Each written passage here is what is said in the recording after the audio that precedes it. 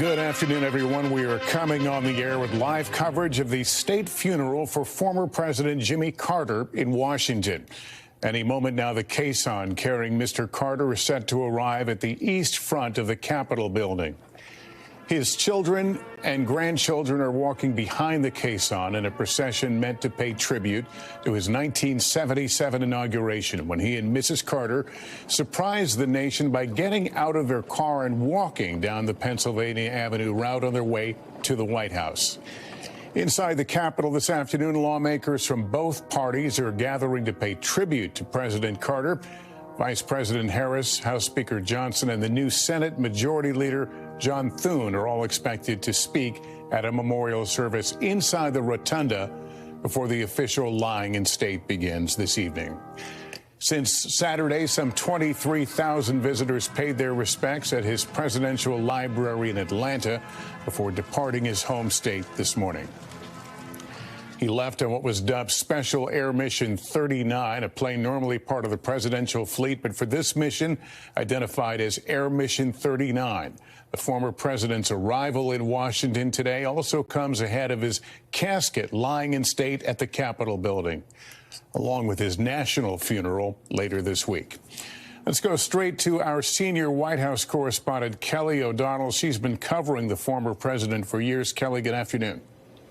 Good afternoon, Lester. What is so striking today is that it tells the story of Jimmy Carter's public life. This return to Washington, of course, honors not only the man, but the office of the presidency.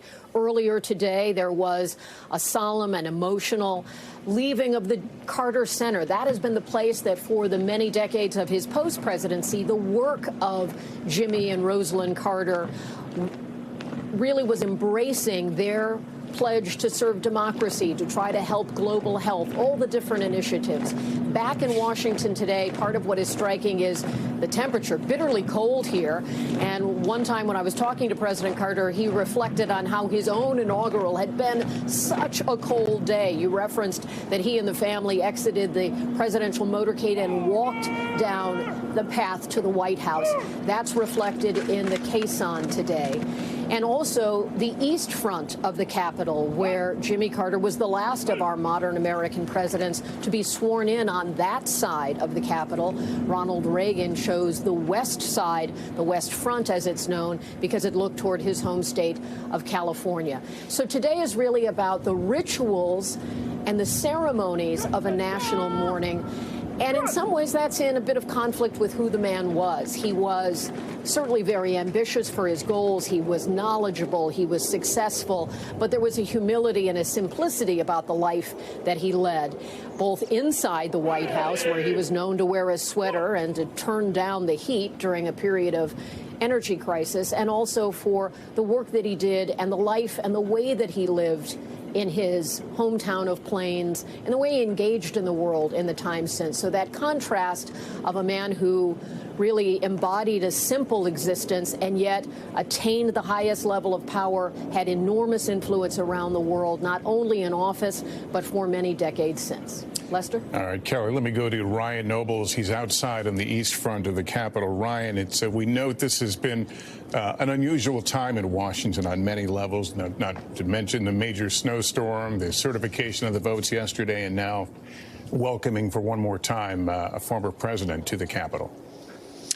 Yeah, that's right, Lester, and Kelly makes note of just how cold it is out here on the east front. That's indeed true, about 20 degrees. We're seeing whipping wind chills as well, but that has not stopped at all the efforts by the military guard that is out here set up, ready to welcome the president's casket as it makes its way to the east front. All four branches of the U.S. military are represented and spread out along the east front.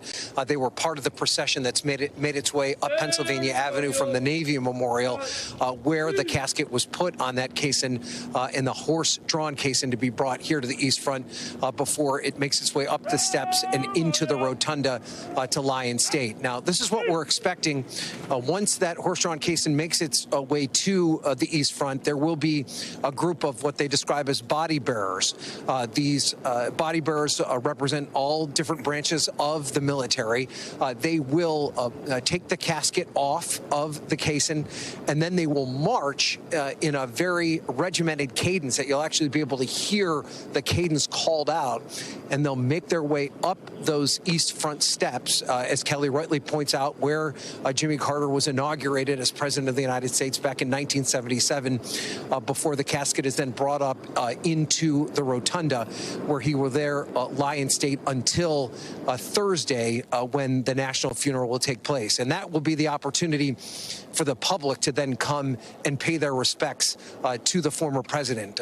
There will be the ceremony that you mentioned, Lester, where we'll have members of both the Republican and Democratic parties that will honor the former president's legacy. But then at 7 o'clock tonight, that's when the public will have the opportunity to come through, walk by the casket, and pay their final respects. And they'll have that opportunity until midnight tonight, then all throughout the day on Wednesday, and then part of the day on Thursday as well. So this part of the process of honoring the 39th president of the United States. And you can see, as that horse-drawn caisson makes its way here now to the east front of the Capitol, the family members from the Carter family trailing behind the casket, much like the former president, as he broke with tradition and got out of the motorcade and walked from Pennsylvania Avenue from the Capitol to the White House when he was inaugurated. Of course, now making the reverse trip back here to the Capitol, his final days here in Washington, his last trip to Washington, D.C., the former president of the United States, Jimmy Carter. Lester. All right, Ryan, thanks. Let me go to Hallie Jackson, our senior Washington correspondent. Hallie, taking this all in, what are your thoughts? Looking at these images here, Lester, it is a moment like this when you think about not just the person who is being honored and remembered, and former President Jimmy Carter, but the way that at this moment you have Washington in many ways coming to a stop for this moment, for the one that we will see on Thursday, the national funeral service there for former President Carter. We will see at that time former President Trump, for example, who has said he will attend, in the same room as President Biden, of course, the man he defeated, may have defeated in this most recent election, of course, up against Kamala Harris there, but one of his political rivals, in the same room, in the same place. Even as you see at the Capitol here, members of both parties here, the incoming Senate leader, the former House Speaker, a Democrat, top Republican, coming together here to honor somebody who had a somewhat turbulent political career in the White House, somebody who ended his time not popular with the American public, but who worked so hard after leaving the presidency to bring people together, to work on his humanitarian efforts, to instill tenets of democracy among those around the world. It has long been said that he may be a more popular ex-president than president. I think there are some historians who would take exception to that, some Carter experts who say he did so much even while in office that his legacy should be remembered in that way as well. But this is a moment where Washington comes together here, and we're going to see that throughout the course of this week, even on this frigid day here in D.C. Remember, too, Jimmy Carter was a man of deep faith. This is somebody who continued to teach Sunday school in Plains, Georgia, well into the latter part of his life here, somebody who held close to those religious philosophies. He described himself as born again throughout the course of his career, and that informed not just his political thinking, although he did emphasize and talk about the importance of the separation of church and state, but so much of his personal thinking as well, Lester. And we see the procession now nearing the east steps of the Capitol. Ryan Nobles is there in sight. What can you see? Yeah, so at this point, the horses have stopped, and the caisson has stopped as well.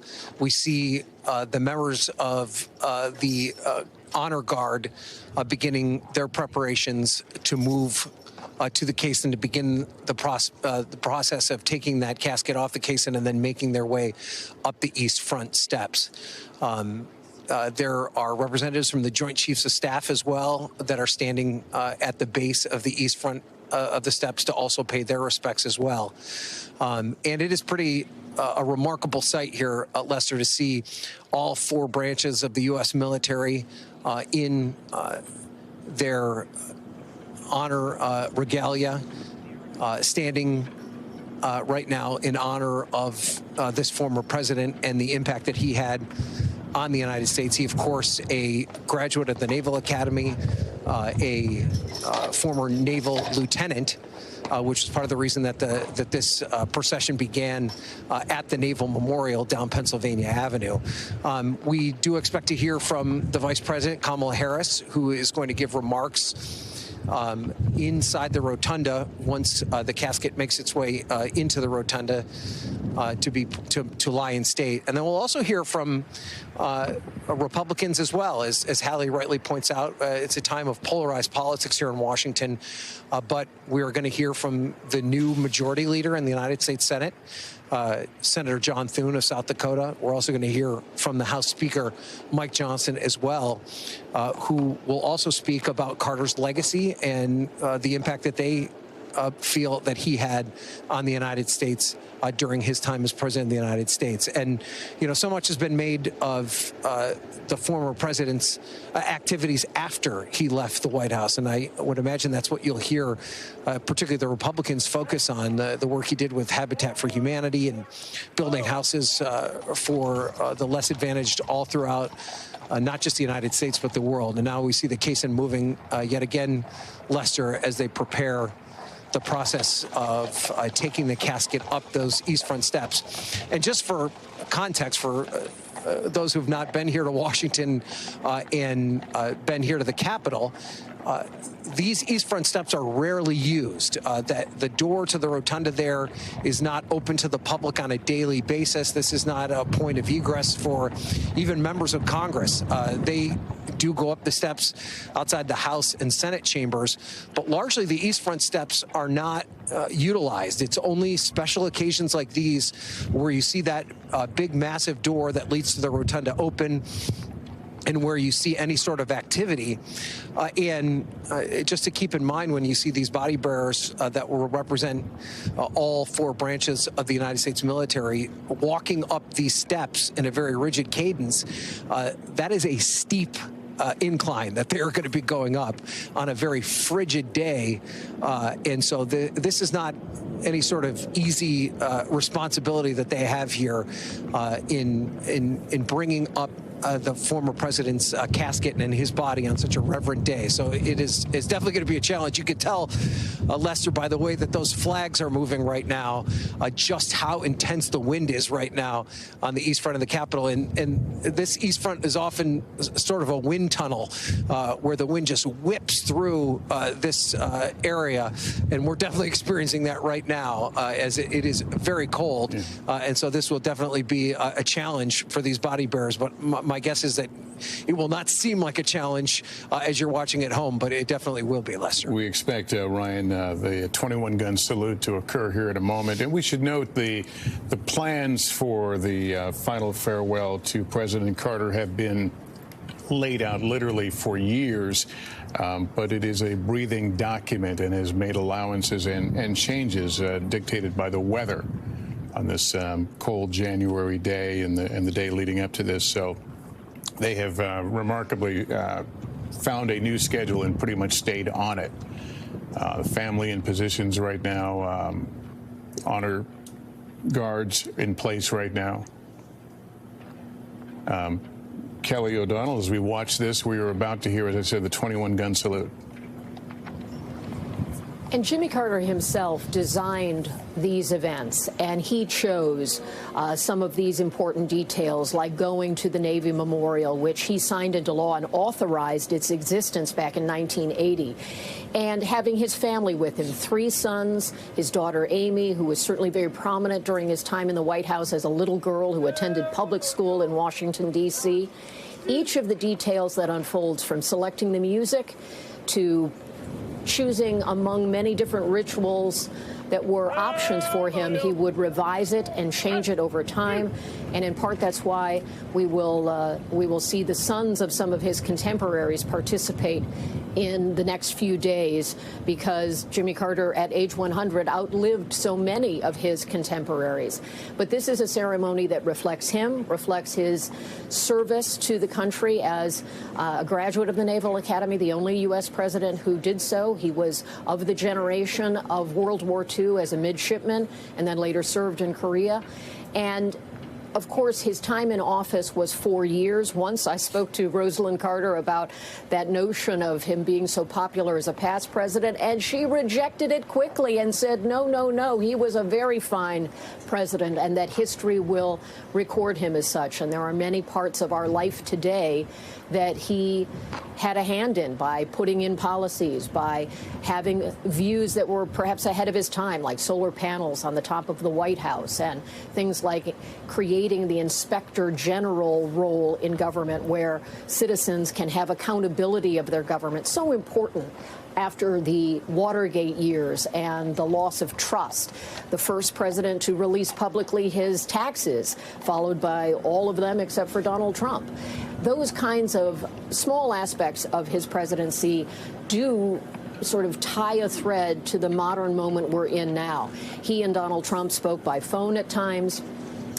President Carter also told me once that it was George H.W. Bush who had been the most consistent in checking in with him as a former president, because Jimmy Carter, leaving office in his 50s, was known to be outspoken about contemporary politics in his time, and that often was at odds with the current president of the day. And his criticisms sometimes were viewed to be outside the sort of the club of former presidents. He did view himself as an outlier and a truth teller, and at the same time also very much wanted to have that connection. And he told me how much it mattered to him that George Herbert Walker Bush would call him and consult with him and keep him in the loop on matters of the day.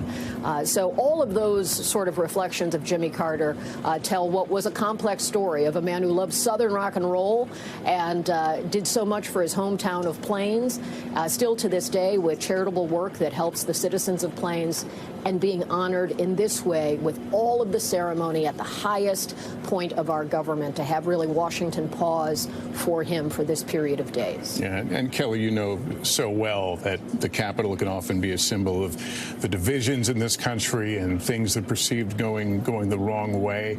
But yet we can find these moments like this where lawmakers on both sides of the aisle can pay their respect to a former president of either party.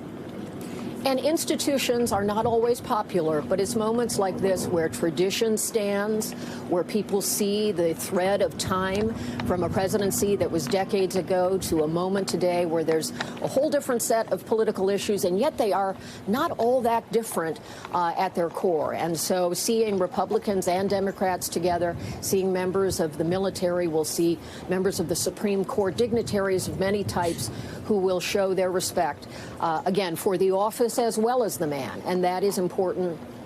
As the country is on the other side of the Capitol, there is already erected a lot of the staging that will be used for the next inaugural in just a couple of weeks' time. And so in many ways, the East Front, where Jimmy Carter chose to have this service today because he was inaugurated there, has its day-to-day appearance, whereas on the other side of the Capitol, you already see the many preparations for this January 20th. And you mentioned these preparations and the presidents are questioned as to what they want. Does that process start at the moment they leave office, or virtually at the moment? They are made aware by the Military District of Washington when they're in office about how that will happen. And initial planning begins, and choices can be made of an array of music and the symbolism and things like choosing to use the caisson, which he selected, choosing the route, choosing the method of how he would be moved from his home state back to Washington and so forth. He was very clear saying he did not want the train ride home. So he will be on the presidential aircraft, which is designated as Special Air Mission 39. He, of course, the 39th president. So it looks like Air Force One, but it only has that designation when the sitting president is on board. So Special Air Mission 39 brought Mr. Carter to Washington. It will take him home to Plains on Thursday, where there will be a family and community funeral, private service, and then internment on his home yard, in effect. He's already deeded that to the National Park Service. So the home that he has shared with Rosalind Carter, their 77-year marriage, they lived there since the 1960s, and that home is now a part of the National Park Service and will be an ongoing monument where the public will be able to go and see Mrs. Carter and President Carter interred there. That will happen on Thursday. Over these next couple of days. It is the Washington portion where the American public can come through at the Capitol and pay their respects, and where leaders will be able to pay their respects. And certainly as the years went by for Jimmy Carter, he would review the plan and make adjustments to it. And certainly they allowed for adjustments like he died before the holiday and allowing some additional time for that, allowing some time for the important ceremony of January 6th to certify the election results. So there was some flexibility in it, but there's always multiple days that allow the country in both personal ways, biographical ways, and then ways that tie all presidents together in this. Hail to the Chief, by the way, is only played for the sitting president and at the time of a president's funeral. So you will hear Hail to the Chief, but that is only done for the sitting president and when we say goodbye to a president. Let me bring back Ryan Nobles right now. Ryan, just okay, we're going to go to Jonathan Alter first. Jonathan Alter is a NBC News contributor. He's the author of a book about Jimmy Carter. We've heard a lot of tributes over the last several days, Jonathan. Which thought perhaps sums up his life best? So, Lester, I think it might be something that Jason Carter, Jimmy Carter's grandson, who chairs the board of the Carter Center, that he said the other day at the Carter Center. He said that somebody told him, it's amazing how much you can cram into 100 years. This was an epic American life that went way beyond his 12 years in the, 4 in the Georgia State Senate, 4 as governor of Georgia, 4 as president. So his public service extended over many decades, and I think provides a kind of inspiration for us in charting our way forward and making sure that we all understand that whatever the politics of the day, we are fundamentally a decent people, and that we can get back that sense of decency. And I think that is a partial explanation for this quite astonishing outpouring of respect and even love for Jimmy Carter, because he represented a life that was ambitious not just for himself, but to better the lives of people all over the world. How is his, you've been in contact with family members, how do they approach this moment? Certainly we knew for many months now that his time was near.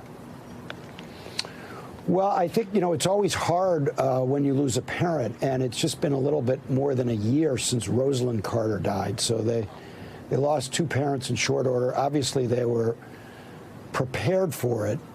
But I think they are appreciative that the Jimmy Carter that they knew and loved and understood is now being seen that way by millions of other people all over the world. And so I think even they, from what I understand, have been really surprised at the level of the outpouring.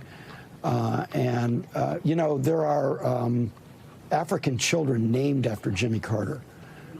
This is a man who was born in Jim Crow segregation, Jim Crow South, barefoot as a young boy, no electricity, no running water. And he went from those origins to becoming a global humanitarian icon.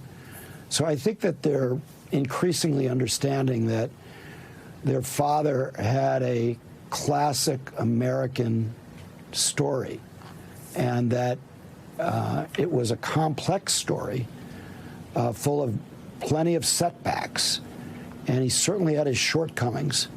He obviously was a political failure. He lost to Ronald Reagan in 1980 by a large margin.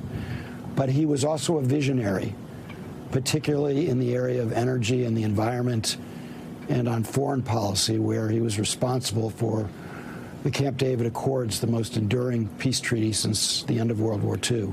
I know these are big accomplishments. I know there's really no answer to this question, but I'll ask it anyway. In this political environment, could a man like that succeed? You know, that's an open question, Lester, but I wouldn't say no, because, you know, one of the questions that we're all facing as we approach the beginning of a new administration is Donald Trump in the American grain? Is this who we are? And I think the answer to that has to be maybe not. That, you know, we are a people that can have many different qualities at once. And I think ultimately we are an idealistic, decent people, and that somebody who came along and appealed to what Lincoln called the better angels of our nature could have a shot again in politics. Obviously, maybe not for a while, but remember, Carter was elected in 1976 in the wake of Vietnam and Watergate, when our lack of faith in our institutions, our cynicism, our bitterness were about what they are now.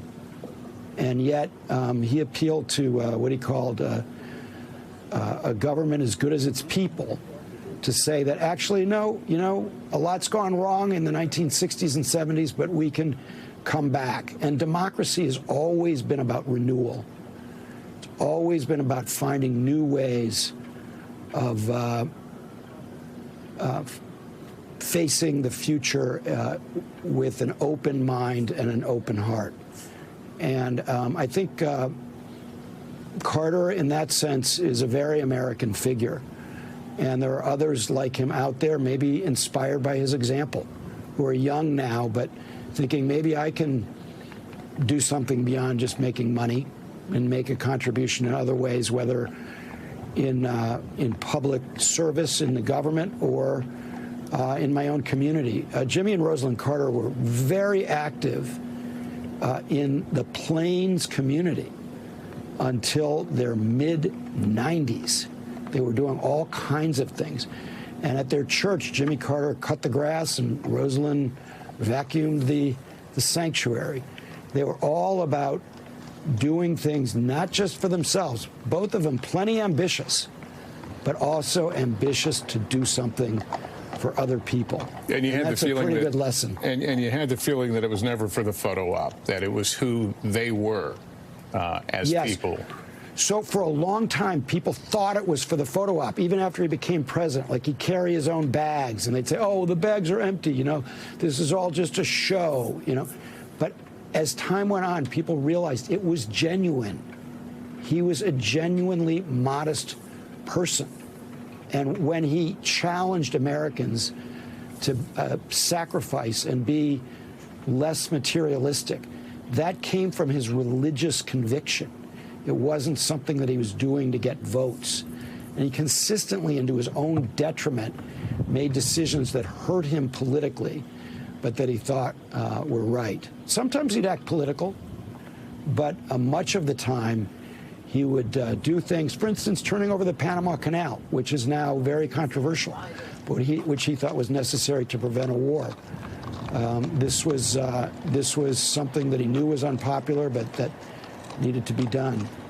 You know, it's interesting watching the riderless horse here, this tremendous symbol of these moments of public mourning that we have in this country. My understanding is the saddle is put backwards because it's for the dead commander to be able to look back on the troops behind him so that he can have one last look at those he inspired. And in that sense, it's a beautiful symbol. We are looking at the remains of former President Carter as we look at the caisson. We saw the family moving in a moment ago, and we expect shortly the 39th president to be carried up the stairs into the East Front of the Capitol. There will be a brief service, eulogies will be offered, and then later the doors will open for members of the public to pay their respects as President Carter will lie in state.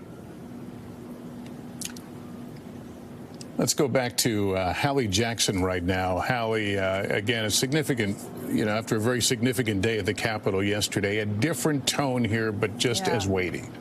I'm struck by that, too, Lester, as we look there at the steps of the east front of the Capitol, considering what we've seen over the course of the last maybe 36 hours and what we saw 4 years ago right around the same time period. Remember that these are the steps where we saw that attack on the Capitol on January 6th in 2021. Yesterday, obviously, a very different scene. The peaceful transfer of power went off as it typically does without any kind of surprise or drama. And now today, this moment at the same location, as you saw those family members there, as you see the beginning of the processional now up the steps. And you have to remember, as I listened to you and Jonathan talk and you and Kelly about how significant Jimmy Carter's presidency and post-presidency was, you also have these family members mourning the loss of a father, of a grandfather, of Jimmy Carter the man versus Jimmy Carter the political figure. He is a man of many facets, and they're all being remembered here today. Remarkable scene, as we said, a cold day. It's 4:46 in the afternoon in Washington, D.C., as we await the former president to be taken up the stairs into the East Front. Kelly O'Donnell watching along with us as well. Kelly. Well, I'm struck also about that personal side of the family of Jimmy Carter, his son Jack, his son Jeff, Chip, who is James Earl Carter III, daughter Amy, their children, an extended family. A life that spans 100 years certainly has a broad family. And his sons were very much a part of spending time at the White House, lived in the White House for part of that, even though they were young adults. The changes that were brought by the Carter administration and service, he created the Departments of Energy and Education that are just very much a part of our daily life now. That's something that he had a sense that there needed to be a federal level of supporting education, which is so broadly handled at the state and local level. And obviously his belief in conserving energy and conservation and ecology and environment and all of those things that were in some ways new terms at the time that have become very much a part of a global mindset of concern about the planet. For family members, there you see Chip and probably his wife as well, and members of the family who will receive the casket as it comes up the stairs. All of this is something that is in some ways different than their lives. They don't live public lives. As presidential families, they have very much private lives, but they are able to tap into this and recognize the importance of this ceremony for the country and as a source of pride of the man that they loved and knew as a father. Chip talked movingly about having trouble with Latin in school and how his father took his textbook, studied it for hours himself, and then tutored his son in Latin, leading to a good score. That kind of personal involvement in his children's lives is something that they hold those stories dear, and we're lucky enough to hear some of them during times of mourning like this. In Plains, I've spoken to so many of his friends and neighbors who would share a meal with him, who would see him and Mrs. Carter, Rosalind Carter, at the local market or visiting with neighbors, very much living among them. An author with more than 30 books to his name. That was part of how he financed his career when the peanut farm that he inherited ultimately did not succeed and was sold. He came out of the office of president in debt and used his ability to write as a way to fortify the family's finances. So different than the kind of post-presidency we see today, where our presidents leave office and are often greatly enriched by opportunities. That was not the choice that he made. He lived a simple life, but he also respected these kinds of rituals, and that's why he authorized, even though he was personally uncomfortable with some of the pomp and the ceremony, he knew it was important. We hear some of the commands being uttered by the honor guards here who will take the former president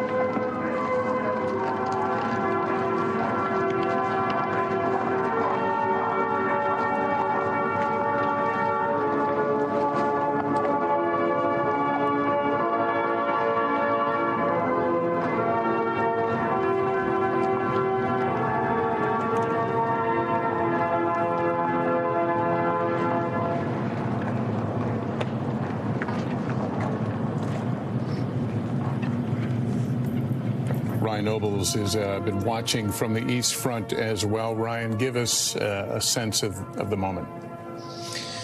You know, Lester, I think what's most remarkable about the military body bearers that are responsible for making that procession up the East Front steps is just how precise they are in each step that they take on that march, but then also the effort that they make to make sure that the casket is completely parallel as they're moving up the steps, that it is not in any way tilted or leaning down as they make their way up what is a very steep incline on the East Front.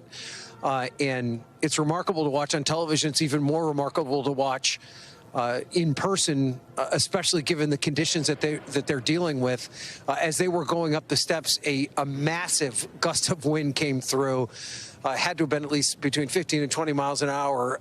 That just had to make that process even more difficult.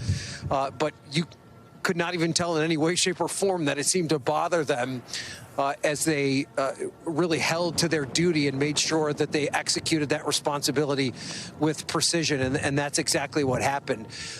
Now that the casket is now inside the rotunda, they'll begin this remembrance ceremony that will take place in the rotunda. It's a bipartisan ceremony. We'll first hear from the Senate chaplain, Barry Black. You see John Barrasso, who's a member of the Republican leadership there, with Elizabeth Warren, who's, of course, a Democratic member of the United States Senate.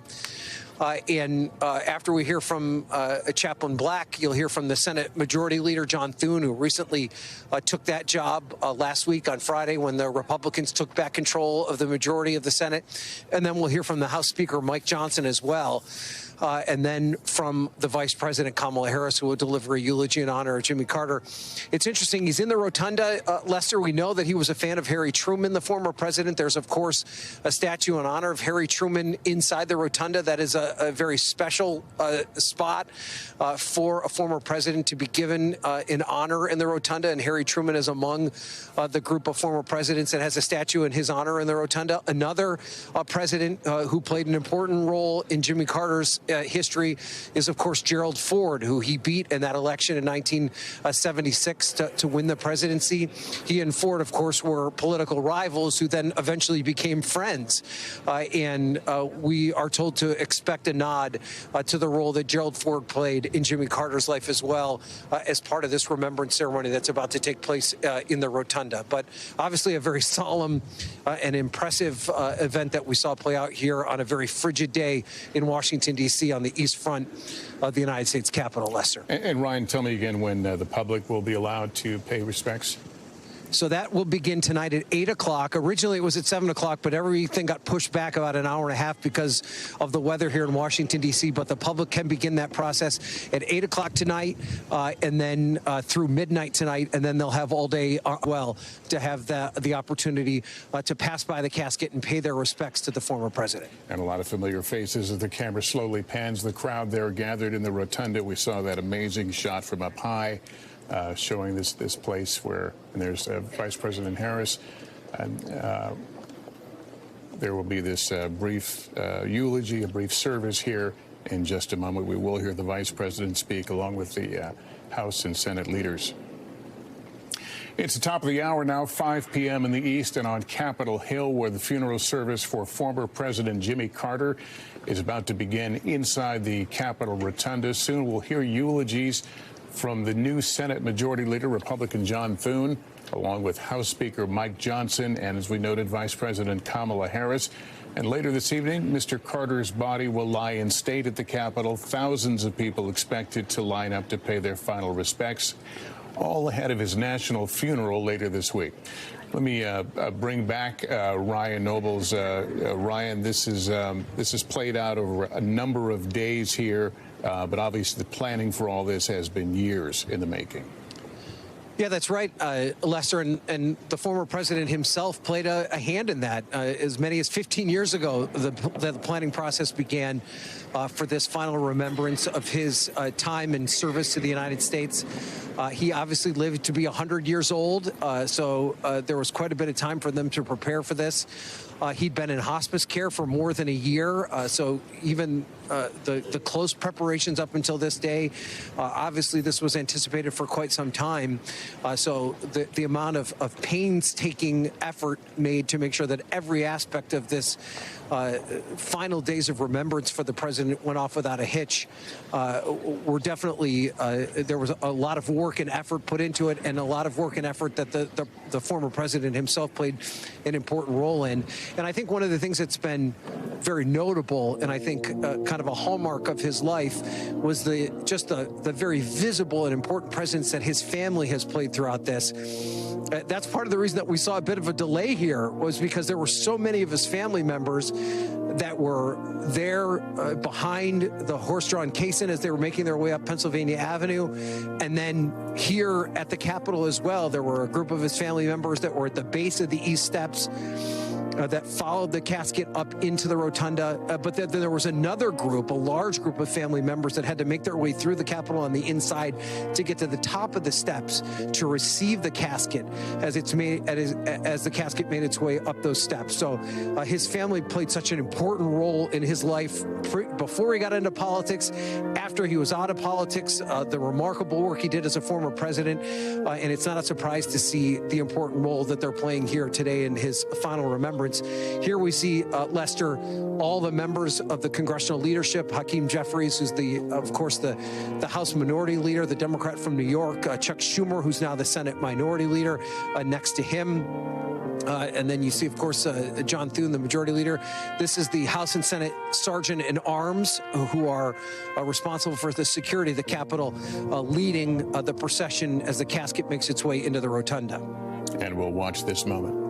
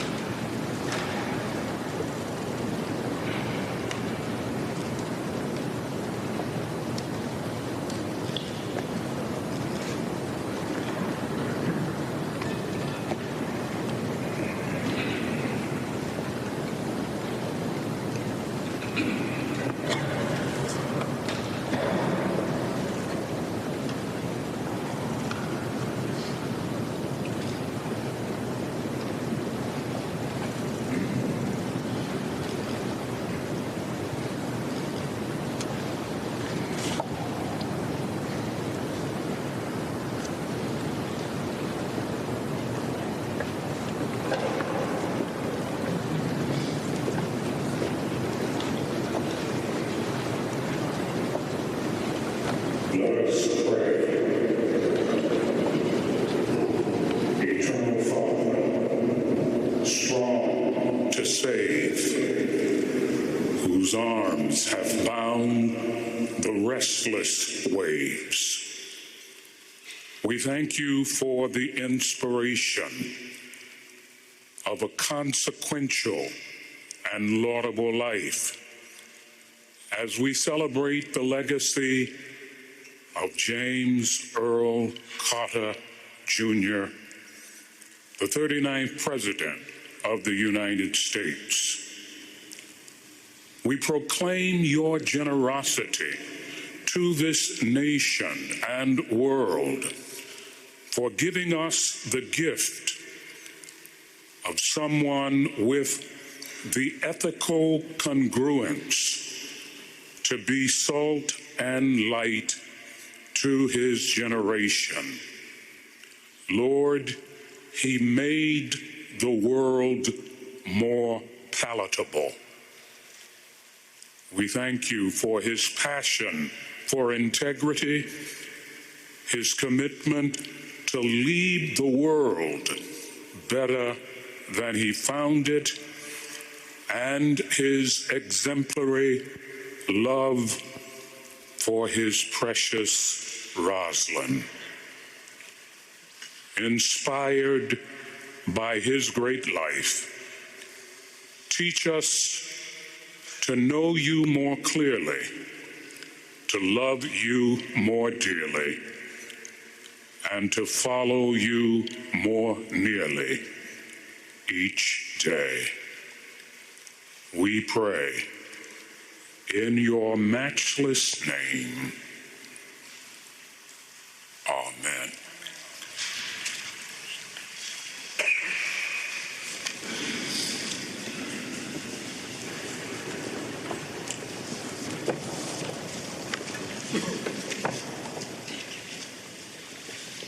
Madam Vice President, Mr. Speaker, Leader Schumer, Leader Jeffries, Jack, Chip, Jeff, Amy, and other members of the Carter family, and distinguished guests. Today we gather to begin a final farewell to Jimmy Carter, Navy veteran, peanut farmer, Governor of Georgia, and President of the United States. Sunday school teacher, Nobel Prize winner, advocate for peace and human rights, and first and foremost, a faithful servant of his Creator and his fellow man. In a commencement speech he delivered at Liberty University back in 2018, President Carter told a story about going on a mission to Massachusetts back in his younger days under the auspices of the Southern Baptist Convention. During that trip, President Carter was impressed by the success of a fellow missionary in winning souls to Christ. And so as the mission was winding down, he asked him what made him so successful. He was a little embarrassed by my question, President Carter recalled, but then he finally said, I try to have two loves in my heart. One love is for God, and the other love I have in my heart is for the person who happens to be in front of me at any particular time. It was a statement, President Carter said, that he never forgot. I think it's fair to say that it's also a statement he lived by. President Carter's term as president ended in 1981. And for the remainder of his life, the longest post-presidency of any American president ever, he focused on making the lives of his fellow men better. That meant things like the Carter Center, which, among other things, works for the eradication of disease in some of the poorest areas of the globe. And it meant things like his work with Habitat for Humanity to provide affordable housing for those in need. And when I say his work with Habitat for Humanity, I do mean his work. Jimmy Carter knew that his status as a former president could bring attention to good causes. It's why he encouraged Habitat to make use of his name and image. But simply lending his name or maybe attending a gala or two wasn't Jimmy Carter's style. He was here to get down in the weeds and the dirt, and he did that literally on numerous Habitat builds, including one back in 1994 in Eagle Butte in my home state of South Dakota. Well into his 90s, he could be found with his hard hat and tools on construction sites doing the practical work required to get families into homes. The Son of Man did not come to be served, but to serve. And Jimmy Carter did his very best to live according to the calling of his Lord and Savior. Today, I join all Americans in mourning President Carter and remembering his example. But I rejoice in the thought that he, together with his beloved wife, Rosalind, is now before the face of his Father.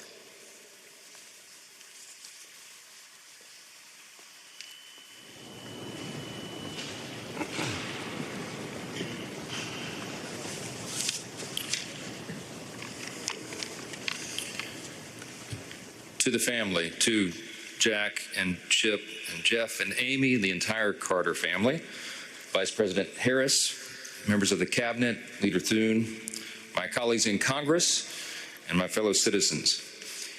We meet in this sacred hall of self-government to honor an extraordinary man, a man who modeled the virtues of service and citizenship, as well as any other American. Surrounding us are the statues of those who gave their time, their energy, and their lives for the good of America. Before us lays a man who now joins their midst as a patriot, a veteran, a humanitarian, and the 39th President of the United States.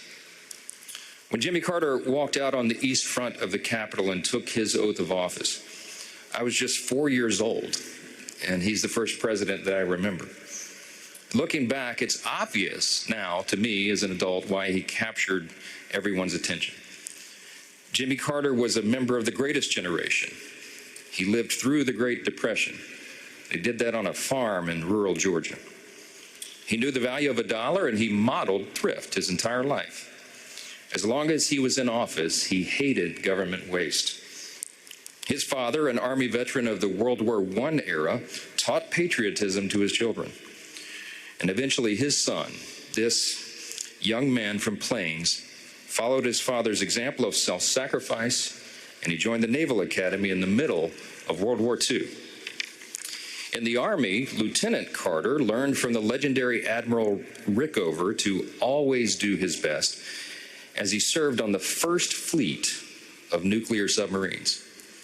It's telling that today the USS Jimmy Carter, a top-secret attack submarine, now roams the oceans, bearing the name of the only president who served in such close quarters. President Carter's life, his selfless service, his fight against cancer, and his lasting contributions to his fellow man are all truly remarkable. Whether he was in the White House or in his post-presidential years, as was discussed, President Carter was willing to roll up his own sleeves to serve and get the job done. We all know about his work with Habitat for Humanity, and that was mentioned.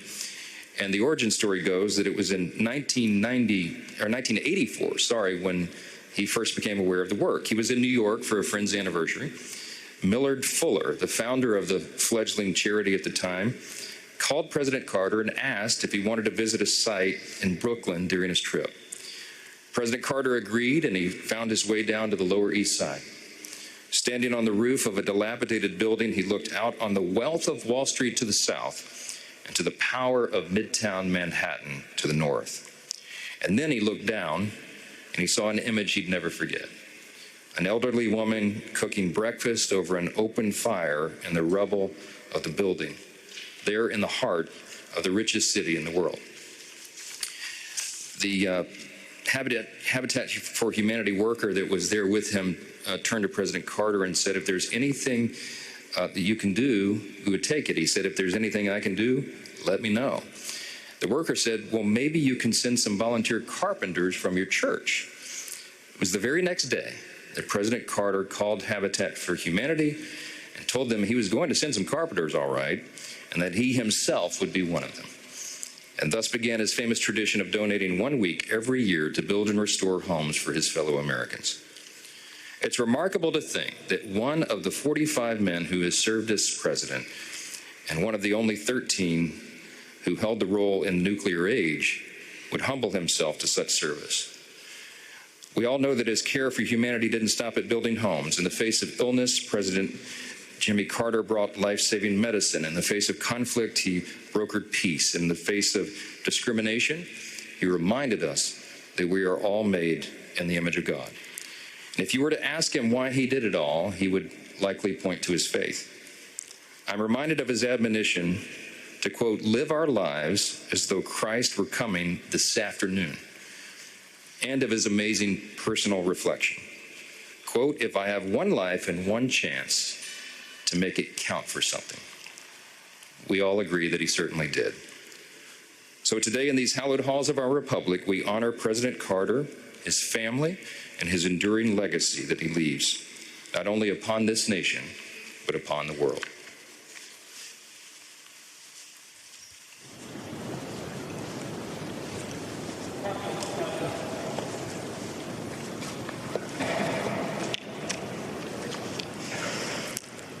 Leader Thune, Speaker Johnson, Leader Schumer, Leader Jeffries, members of Congress, and distinguished guests. It is an honor to be with you this afternoon, and to Jack, Chip, Jeff, Amy, and Jason, and all the other members of the Carter family. On behalf of the American people, Doug and I offer our deepest condolences. Being with you today, I'm reminded of the enduring words of a favorite hymn. May the works I have done speak for me. Today we gather to celebrate the life of a man whose works will echo for generations to come. A man from Plains, Georgia, who grew up without electricity or running water, and served as the 39th President of the United States of America, and lived every day of his long life in service to the people. President James Earl Carter, Jr. So I was in middle school when Jimmy Carter was elected president, and I vividly recall how my mother admired him, how much she admired his strength of character, his honesty, his integrity, his work ethic and determination, his intelligence, and his generosity of spirit. We have heard much today and in recent days about President Carter's impact in the 4 decades after he left the White House. Rightly so. Jimmy Carter established a new model for what it means to be a former president, and leaves an extraordinary post-presidential legacy.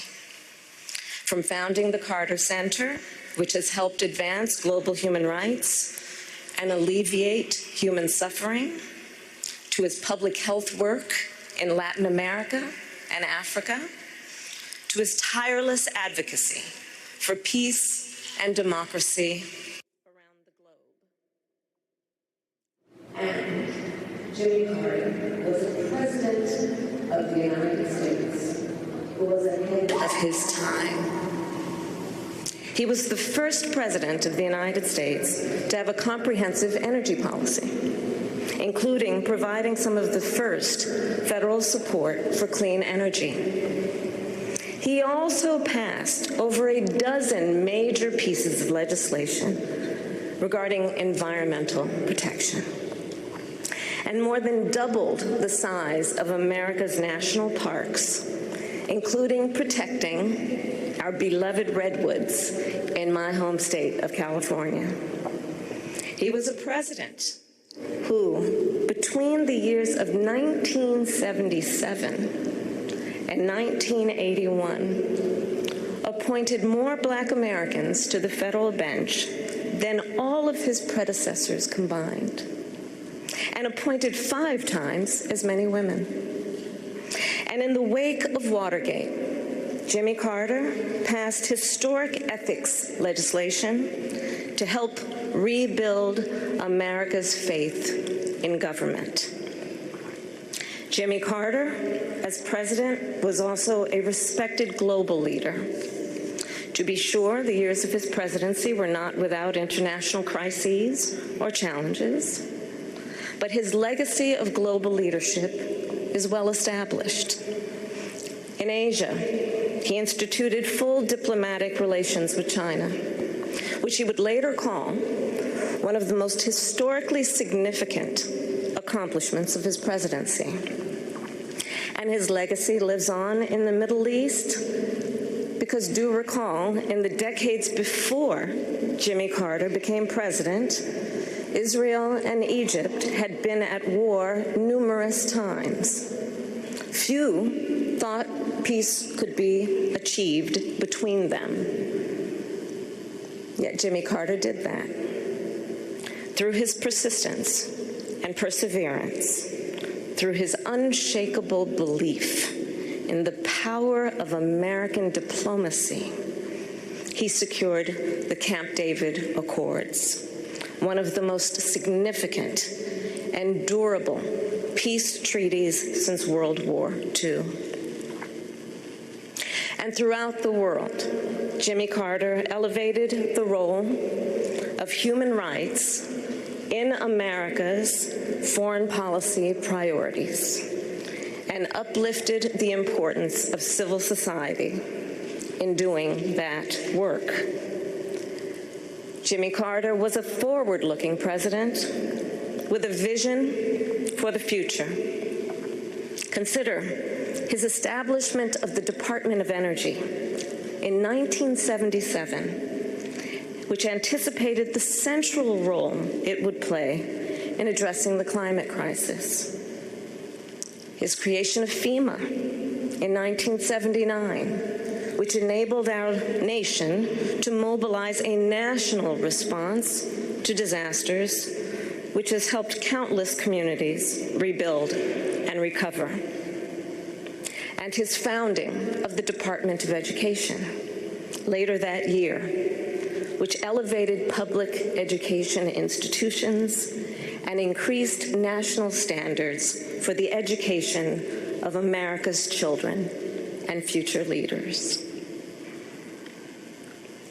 Jimmy Carter was that all too rare example of a gifted man who also walks with humility, modesty, and grace. Recall the stories from the 1976 campaign about how he slept in the homes of his supporters to share a meal with them at their table and to listen to what was on their minds. How on their first trip for Habitat for Humanity, Jimmy and Rosalind rode the bus with the other volunteers. And when the group stopped for the night to stay at a local church, Jimmy and Rosalind gave their private room to a young couple who had put off their honeymoon to join the trip. And with the other volunteers, they then slept on the floor of the church basement. And then, of course, his work to eradicate the vicious guinea worm disease that once disabled millions of people a year.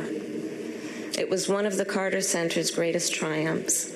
And Jimmy Carter, of course, given his nature, attributed its success not to his own leadership, but to the thousands of everyday Africans who were on the ground doing the work. Throughout his life and career, Jimmy Carter retained a fundamental decency and humility. James Earl Carter Jr. loved our country. He lived his faith, he served the people, and he left the world better than he found it. And in the end, Jimmy Carter's work and those works speak for him, louder than any tribute we can offer. May his life be a lesson for the ages and a beacon for the future. May God bless President Jimmy Carter, and may God bless the United States of America. Vice President Harris, we have been listening to tributes to former President Jimmy Carter inside the Capitol Rotunda in Washington. Vice President Harris finishing up her eulogy, remembering Mr. Carter as someone who lived every day of his life in service to the public. We also heard eulogies from the top Republicans in Congress, Senate Majority Leader John Thune and House Speaker Mike Johnson as well. This evening, former President Carter will lie in state inside the Capitol, where thousands are expected to pay their final respects. That concludes our coverage. We'll see you a little later on with more tonight on NBC Nightly News. I'm Lester Holt. Good day.